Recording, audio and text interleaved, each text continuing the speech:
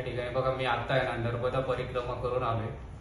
नर्मदा परिक्रमा करून मला नर्मदा परिक्रमा करायला लागले 5 महिने. संपूर्ण किनाऱ्यामार्गे परिक्रमा केली आणि आपल्याला जी परिक्रमाचा मला भरपूर असा काही अनुभव आलेला आहे. आणि आपल्याला जिथं आनंद असतो तो आनंद शोधण्यासाठी आपण भरपूर ठिकाणी प्रयत्न करीत असतो, पण आपल्याला आपल्या मनातली जी वस्तू किंवा मनातली जी वस्तू भेटते आणि ती भेटली आपल्याला तर अति आनंद होतो आणि आनंदातून आपण परत ती वस्तू गेली का आपण नाराज होत असतो. म्हणजे ही दळणवळण चालवतात. आता मी नर्मदा परिक्रमा करून आल्याच्या नंतर मी आता चाललोय केदारनाथ, बद्रीनाथ, गंगोत्री, यमुनोत्री 4 ठिकाणी चाललेलो आहे. 4ही धाम परिक्रमा करण्यासाठी चालत परिक्रमा.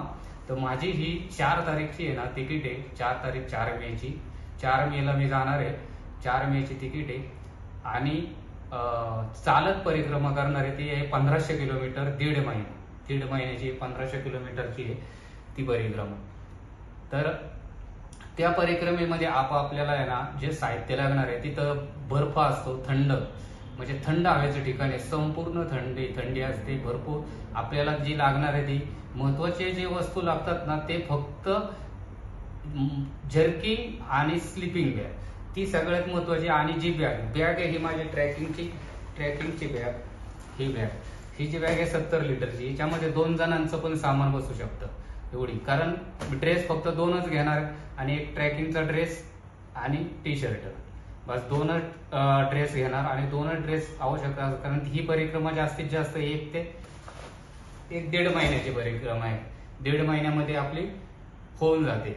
आणि आपल्याला हे लाईटीसाठी तर हे आपल्याला चार्जिंगसाठी घ्यावं लागेल, चार्जर घ्यावं लागेल, मोबाईल चार्जिंग घ्यावं लागेल, मोबाईल आहे,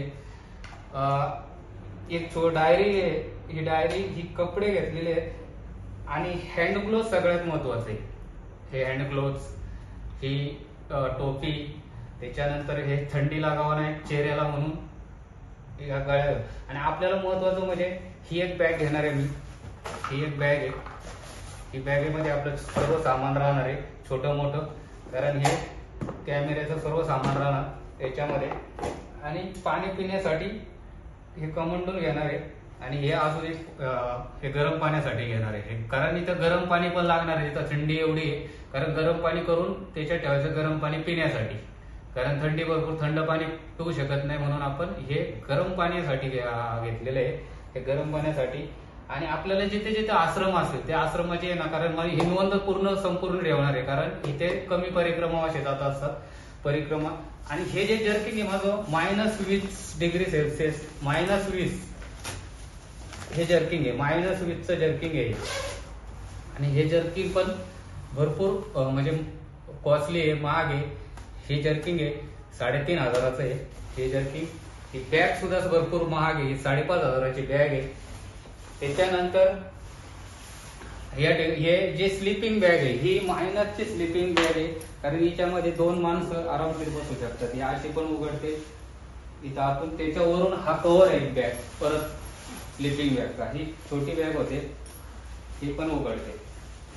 कारण ही मायनस टेम्परेचर मध्ये ही मायनसला जाणारी, तिथे बर्फ असतो, ही मायनसला जाणारी बॅग. आणि कारण तिथं कधी पण वातावरण चेंज होतं. ह्या आपल्या बॅगचा कव्हर वरून या बॅगला कव्हर टाकला म्हणजे बॅग भिजणार नाही, कोणती वस्तू भिजणार नाही.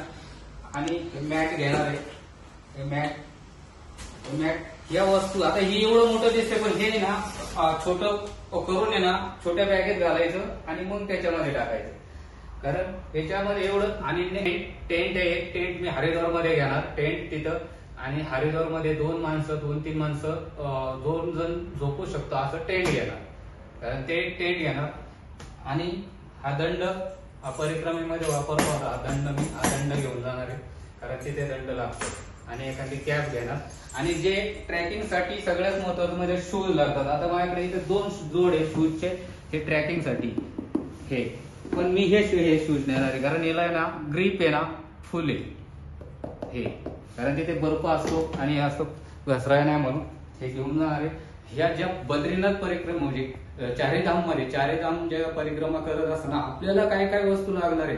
त्या सुद्धा मी नंतर तुम्हाला शेअर, कारण इथून जाताना एवढ्या वस्तू घेऊन जाणार आहे, तिथे काय लागणाऱ्या वस्तू तिथे घेणार आहे मी, कारण इथे एवढ्या वस्तू माझ्याकडे अवेलेबल आहे. आणि ज्या काही लागणार, कारण एक पाण्यात पाऊस येणार म्हणून, पुन्हा तिथं पाऊस पीक कधी कधी येतो, त्याच्यामुळं आपल्याला वरून एक पावसाळ्याचं जर्किंग छोटं ते 100-1 रुपयाला भेटतं, ते हलकं जर्किंग ते घेणार आहे.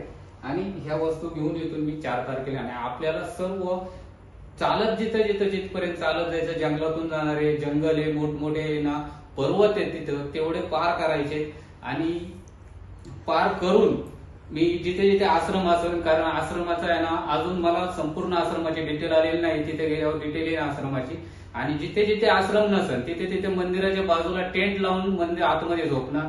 आणि जिथे जेवण नसेल तिथे माझं जेवणाचं पण मॅगी वगैरे हे ना, मॅगी बनवण्यासाठी मी ते छोटा गॅस घेणार आहे बनवण्यासाठी. आणि लाइटर या वगैरे सर्व जवळच असणार.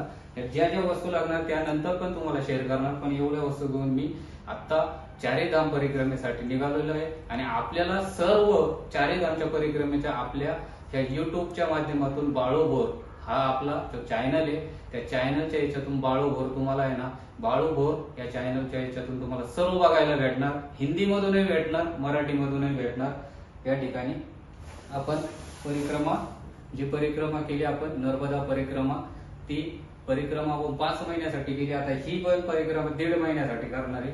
आणि चालण्याचा भरपूर असा आनंद येतो आणि चालण्याचा काही प्रॉब्लेम येत नाही आता. पण आता बघूया पुढे, फक्त वेटच आहे. वेट जरी जास्त झालं तरी पुढं पाठवून देणार, जिथे 20 किलोमीटर असेल तिथे पुढे पाठवून देणार वेट, पण ती पण सोय करणार आहे. नर्मदे.